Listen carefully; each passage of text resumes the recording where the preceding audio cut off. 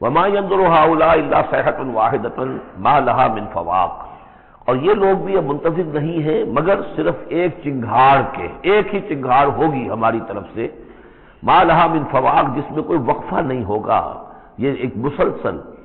آپ دیکھیں کہ اگر کوئی زوردار آواز مسلسل چلے تو یہ انسان کی ہلاکت کا ذریعہ بن جائے گی۔ کبھی کبھی لاؤڈ سپیکر میں خرابی ہوتی ہے اور اس کی گونج پیدا ہوتی ہے، بسا اوقات نماز کے دوران اس کا تجربہ ہوتا ہے، تو جو کیفیت پھر ہو جاتی ہے انسان کی، حالانکہ وہ چند سیکنڈز کی بات ہے، 1-2 منٹ کی بات ہے، لیکن اگر زوردار آواز مسلسل چلے، ویسے بھی آج ہمیں معلوم ہے کہ یہ ساؤنڈ ویوز جو ہوتی ہیں یہ بھی ایک قسم کی انرجی ہے، اور ان ساؤنڈ ویوز کے ذریعے سے بھی یہ سارے کا سارا جو نظام ہے درم برم ہو سکتا ہے۔ یہ اگر اتنی زوردار ویوز ہو تو ان سب کو توڑ پھوڑ کر رکھ دیں گے جو مادی یہ اس وقت عالم ہے۔ تو ان وما ينظر هؤلاء، مگر اللہ تعالیٰ کو کوئی اور بہت بڑا کوئی کام کرنے کی ضرورت نہیں ہوتی قوموں کو ہلاک کرنے کے لیے، ایک چنگھاڑ،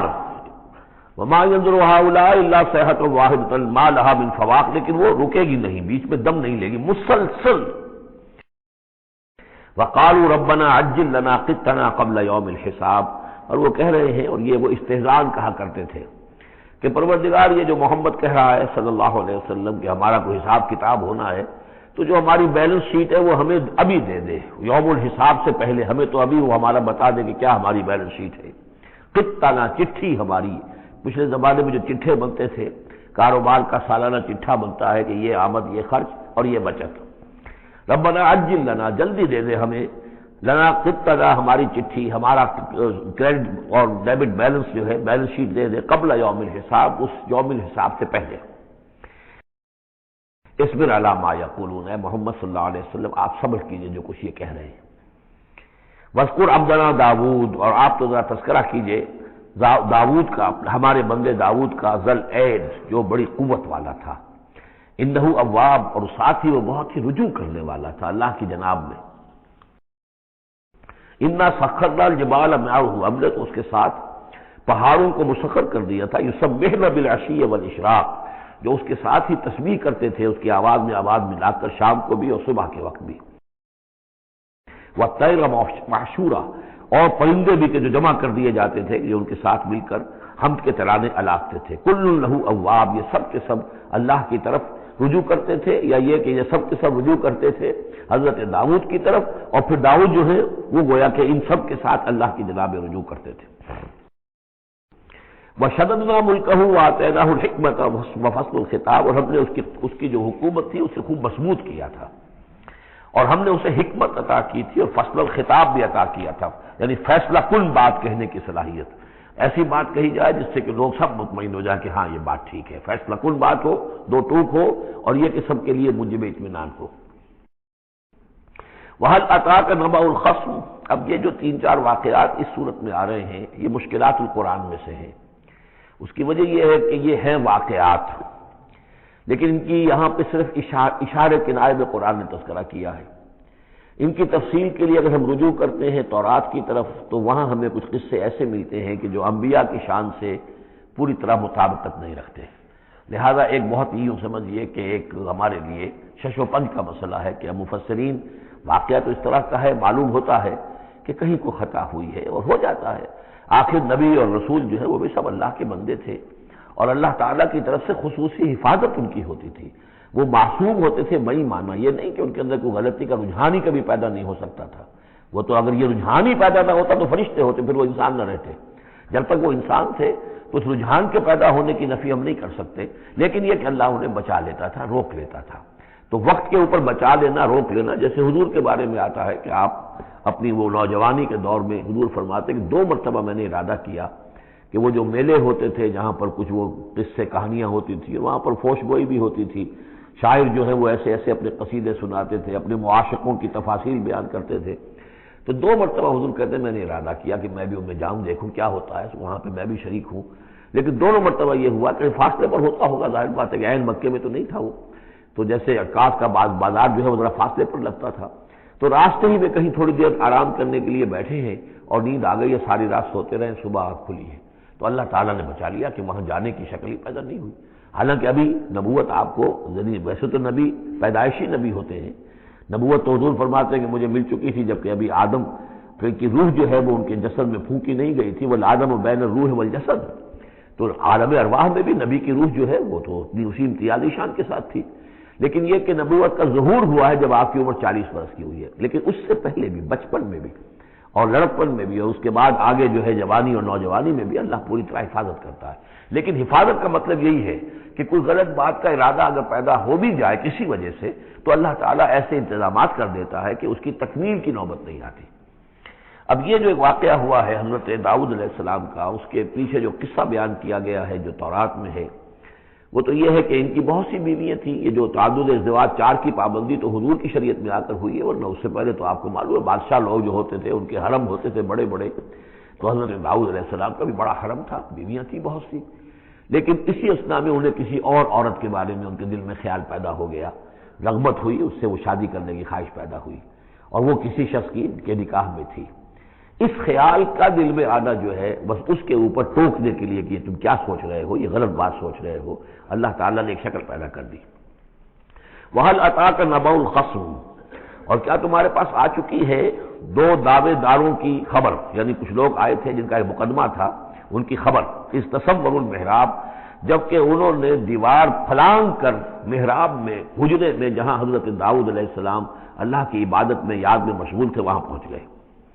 پہرے داروں وغیرہ سے سب سے بچ کر فصیل کو یا دیوار جو تھی اس کو پھلانگ کر آ گئے۔ اس دخلوا علی داؤد، اب جب وہ وہاں وہ تنہا اللہ کی یاد میں تھے، انہوں نے دیکھا داؤد نے یہ 2 اشخاص آ گئے ہیں، ففزع منہم، تو وہ ڈرے ان سے کہ پتہ نہیں کس نیت سے آئے ہیں، کس ارادے سے آئے ہیں، 2 انسان ہیں۔ قالوا لا تخف، انہوں نے کہا کہ آپ ڈریں نہیں، خصمان بغا بعضنا علی بعض، ہم 2 ہیں ایک دوسرے کے مقابلے کے فریق، خصم کہتے ہیں جو ایک دوسرے کے بالمقابل ہوں، مخالف، ہم 2 مخالف ہیں، بغا بعضنا علی بعض، ہم میں سے کسی نے دوسرے پر زیادتی کی ہے، فاحکم بیننا بالحق، تو ہمارے مابین حق کے ساتھ فیصلہ کیجئے، ولا تشتت، اور دیکھیے اسے ٹالیے نہیں، آپ کہہ کہ کل آنا پرسوں آنا، یہ نہیں، یہ معاملہ ہمارا بڑا ایمرجنسی والا ہے، فوری طور پر ہم چاہتے ہیں کہ آپ ہمیں بتائیں۔ واہدنا الی سواء الصراط، اور سواء الصراط، اور ہمیں پھر ہدایت دیجیے سیدھے راستے کی طرف کہ کیا کون سی شکل بہتر ہے، کون سا راستہ صحیح ہے۔ ان ھذا اخی، اب یہ جو مدعی تھا وہ کہہ رہا ہے یہ میرا بھائی ہے، لہ 99 نعجۃ، اس کے پاس 99 دمبیاں ہیں، یعنی اس کا جو ہے بہت بڑا جو ہے ریوڑ ہے اس کے پاس، ولی نعجۃ واحدہ، میری ایک ہی دمبی ہے۔ اصل میں اس تورات کے واقعے کو اگر ہم سمجھیں تو اس کا مطلب یہ ہے کہ ایک شخص کے پاس 99 بیویاں ہیں، میرے پاس صرف ایک بیوی ہے۔ فقال اکفلنیھا، اب وہ کہہ رہا ہے کہ یہ بھی مجھے دے دے۔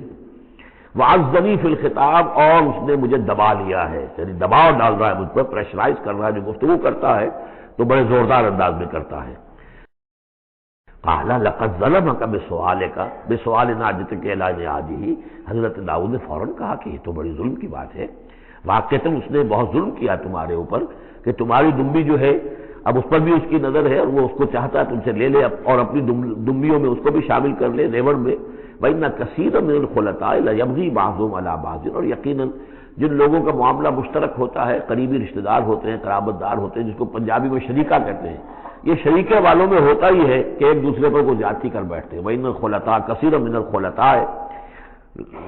لَيَبْغِي بَعْضُهُمْ عَلَى بَعْضٍ، کوئی ایک دوسرے پر زیادتی کر بیٹھتے ہیں، إِلَّا الَّذِينَ آمَنُوا وَعَمِلُوا الصَّالِحَاتِ، سوائے ان کے جو صاحب ایمان ہوں اور نیک عمل والے ہوں، وَقَلِيلٌ مَا هُمْ، اور ایسے لوگ بہرحال کم ہوتے ہیں، زیادہ تعداد میں نہیں ہوتے۔ وَظَنَّ داؤد أَنَّمَا فَتَنَّاهُ، اس پر اچانک خیال آیا داؤد کو کہ یہ تو اصل میں سارا معاملہ جو ہے اللہ تعالیٰ نے مجھے آزمایا ہے، اللہ تعالیٰ نے در حقیقت مجھے متنبع کرنے کے لیے یہ ساری صورتحال جو پیدا فرمائی ہے۔ انہیں اپنے اس خیال کے اوپر پھر جو تنبع ہوا، فاستغفر ربہ، تو انہوں نے استغفار کیا اپنے رب سے، وخر راکعا واناب، اور وہ گر پڑے سجدے کے اندر، رکوع کہہ دیجئے، سجدہ کہہ دیجئے، راکعا گر پڑا جھک کر، اور رجوع ہوا، اس نے اللہ تعالیٰ کی طرف اپنے آپ کو پوری طریقے سے متوجہ کر لیا۔ یہ آیت سجدہ ہے۔ یہ جو بھی اسرائیلی روایت اس سلسلے میں آئی ہے اس کے ضمن میں حضرت عبداللہ ابن عباس رضی اللہ تعالیٰ عنہ کا ایک اثر بھی موجود ہے اسی نوعیت کا، یعنی ان کا قول بھی موجود ہے۔ اب یہ نہیں کہا جا سکتا کہ وہ مرفوع انہوں نے سنا ہو حضور سے، یا یہ کہ وہ صرف جو ہے روایت انہوں نے یہود سے سنی ہو اور اسی کو بیان کر دیا ہو، اللہ عالم۔ لیکن میں یہ سمجھتا ہوں کہ یہ چیز جیسے کہ ہم پڑھ چکے ہیں اس سے پہلے سورہ احزاب میں، حضور سے کہا گیا کہ اب آپ مزید شادی نہیں کریں گے، وَلَوْ أَعْجَبَكَ حُسْنُهُنَّ، وہاں پر بھی کوئی پردہ تو نہیں ڈالا گیا. ہو سکتا ہے کہ کوئی خاتون جو ہے آپ کی طبیعت میں آمادگی پیدا ہو جائے کہ آپ اس سے نکاح کریں، لیکن اب آپ خواہ وہ آپ کو پسند بھی آ جائیں لیکن آپ اب نکاح نہیں کریں گے. تو یہ جو انسانی تقاضے ہیں، ظاہر بات ہے کہ انبیاء کا معاملہ جو ہے جیسے کہ میں نے عرض کیا بشریت تو ان کے ساتھ ہوتی ہے اور بشری تقاضے بھی ہوتے ہیں، لیکن نبی معصوم ہوتا ہے اس معنی میں کہ ان کا اس طرح کا کوئی اگر خیال ہو بھی جائے تو اس کی تکمیل اللہ نہیں ہونے دیتا، حفاظت کر لیتا ہے. اسی کا نام ہے عصمت انبیاء. فغفرنا لہ ذلک، تو ہم نے وہ جو بھی معاملہ تھا ہم نے معاف کر دیا اسے. وَإِنَّ لَهُ عِندَنَا لَزُلْفَىٰ، اور وَحُسْنَ مآب، اور یقیناً ہمارے پاس داؤد کے لیے بہت اونچا مرتبہ ہے اور بہت اچھا ٹھکانہ ہے، جہاں وہ جب لوٹ کر آئے گا تو بہت اعلیٰ مقام ہم عطا کریں گے. یا داؤد انا جعلناک خلیفۃ فی الارض، ہم نے کہا کہ اے داؤد ہم نے تمہیں زمین میں خلیفہ بنایا ہے، تمہیں حاکم بنایا ہے. فاحکم بین الناس بالحق، تو لوگوں میں جو فیصلے کرو معاملات کے حق کے ساتھ کرو. ولا تتبع الہویٰ، اور دیکھو اپنی خواہش کی پیروی نہ کرو. فیضلک عن سبیل اللہ، اگر اپنی خواہش کی پیروی کرو گے پھر تو وہ تمہیں لازماً گمراہ کر دے گی، بھٹکا دے گی اللہ کے راستے سے. ان الذین یضلون عن سبیل اللہ لہم عذاب شدید، یقیناً وہ لوگ جو بہک جاتے ہیں یا بھٹک جاتے ہیں اللہ کے راستے سے ان کے لیے تو بڑا سخت عذاب ہے. بما نسوا یوم الحساب، یہ بھٹکنا ہوتا اسی لیے ہے کہ انہیں آخرت یاد نہیں رہتی، بس سبب اس کے کہ وہ بھول جاتے ہیں حساب کے دن کو. وہ یوم آخر اگر یاد رہے، آخرت کی زندگی کا یقین رہے تو پھر انسان جو ہے سیدھا رہتا ہے.